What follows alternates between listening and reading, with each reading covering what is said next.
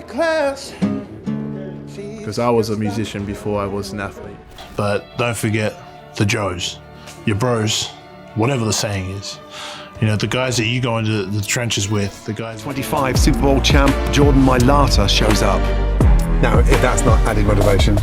He was 21, staring into a camera in a city he'd never seen, wearing a jersey that felt like armor from another planet. No helmet, no pads, no idea what a blitz was. The coaches said, kick, slide, punch, and he thought they were choreographing a dance. But a few years later, that same kid would be standing under the lights on Sunday night, guarding a franchise quarterback as if the future depended on it, because it did. This isn't a dream-chasing fairy tale. This is the story of the man who was never meant to be there and showed up anyway. He didn't grow up on Friday night lights or Super Bowl parties. He grew up in Bankstown, where rugby league was gospel and the field was a battleground. At 17, he was a walking mismatch, 6'8", 360, feet like a featherweight. He'd steamroll a defender, then sidestep the next like he was cutting a music video. But life hit back. A heart issue, surgery, doubt.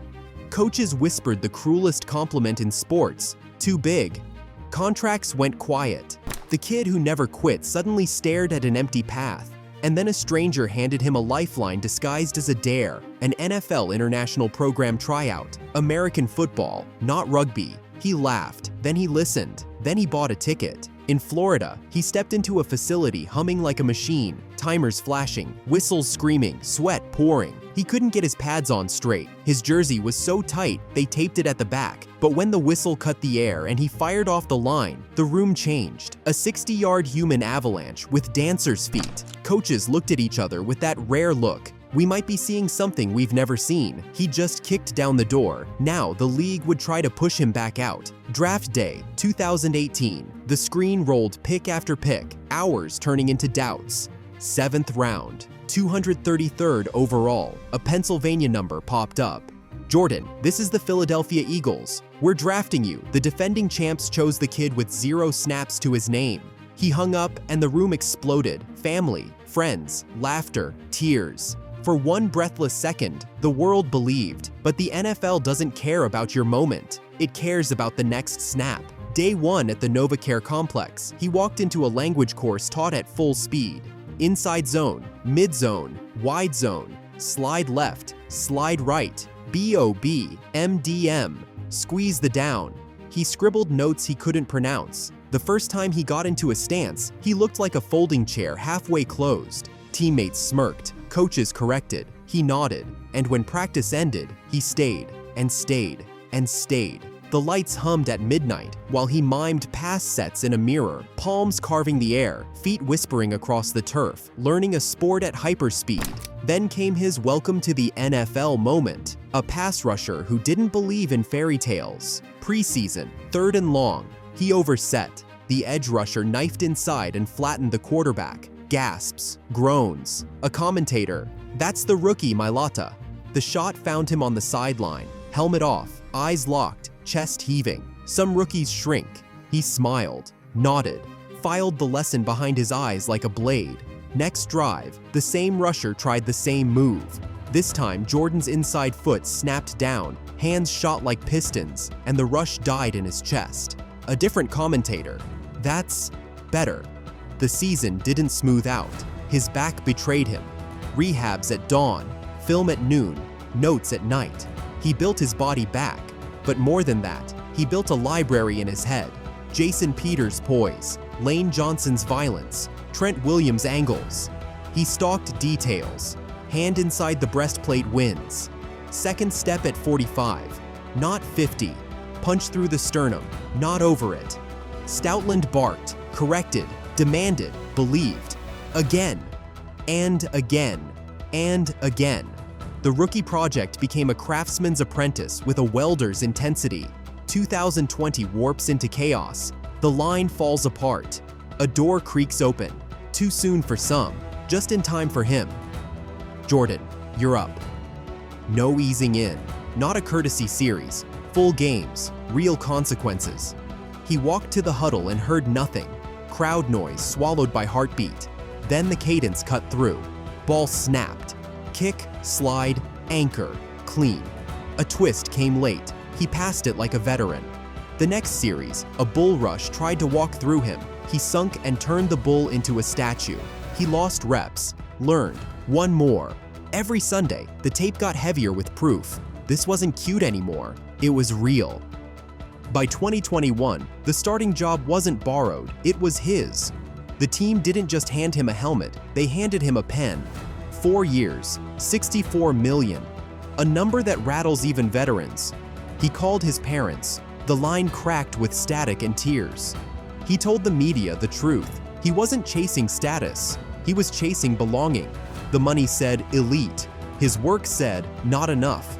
He went right back to the grind like the ink didn't matter. But paychecks don't block edge rushers. Technique does. And they were coming. Prime time. A speed demon timed the snap and tried to steal his lunch. First rep, Jordan's set felt a tick late. He recovered with pure mass, washed the rusher past the spot. Second rep, the rusher tried a ghost move. Jordan refused the bait, kept his chest clean, and posted him into the turf. Third rep, they brought a twist with a nickel off the edge. He snapped his eyes inside, passed the game, then flashed back outside and erased the nickel like a memory. Commentators started using words they reserve for rare linemen. Light feet, violent hands, calm shoulders. The quarterback didn't say much. He didn't have to. Clean jersey. He wasn't just muscling people. He was telling a story with leverage. In the run game, he played conductor, hat placement like sheet music, hips rolling, feet driving. He'd reach a 3 tech who thought he was safe, seal him off, and open a lane big enough for a marching band. Then he'd climb to a linebacker and turn him into an extra. Coaches love linemen who finish. Jordan finished everything, until the echo of the whistle, sometimes beyond it, always on that legal edge that makes defensive coaches throw tablets. And yet, the thing that changed everything didn't happen on a field. It happened on the sideline. Early in his starting run, he got beat, clean. The quarterback went down. Silence on his bench. He sat, helmet on, staring at the turf, replaying the mistake on a loop. A veteran thumped his shoulder and said, "Bad rep."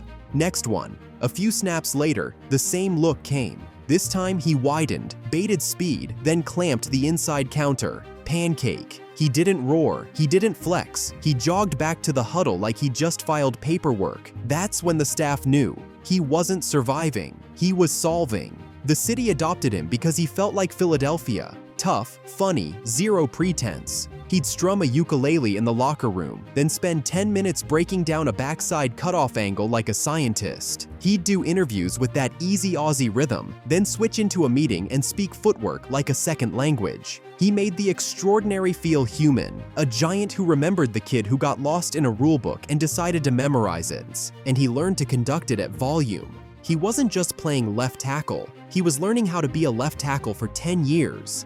And still, the human showed up.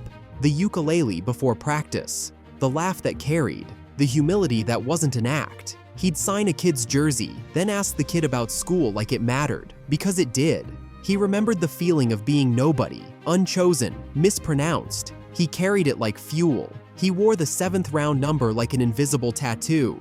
So what do you call a man who wasn't supposed to make it, who now protects a city's heartbeat? Some call him an outlier, some call him a miracle of development. Teammates call him reliable, coaches call him coachable, fans call him ours. The truth is simpler. He's proof that raw talent is a key, but obsession turns it in the lock. Proof that you can start in the wrong sport, on the wrong continent, with the wrong playbook, and still find the right field. Proof that work isn't glamorous until the lights hit it, and then it looks like destiny. One day, when the pads are hung and the roar fades to memory, he'll pick up that ukulele again and strum something soft. He'll tell the story to kids who weren't there. The taped jersey, the foreign words, the first time he punched through a chest plate and felt the game answer back. He'll talk about a phone call that almost went unanswered, about a coach who demanded more, about a city that matched his stubbornness, and about the quiet moment on a sideline when he decided he wasn't auditioning anymore. He was home. Because Jordan Mailata wasn't supposed to be here, but he is, and he's not leaving. The path didn't invite him, he paved it. The league didn't wait, he caught up. And every Sunday, he takes his stance, plants his feet, and reminds the world. Sometimes the man who was never meant to be there is exactly the one you can't get past.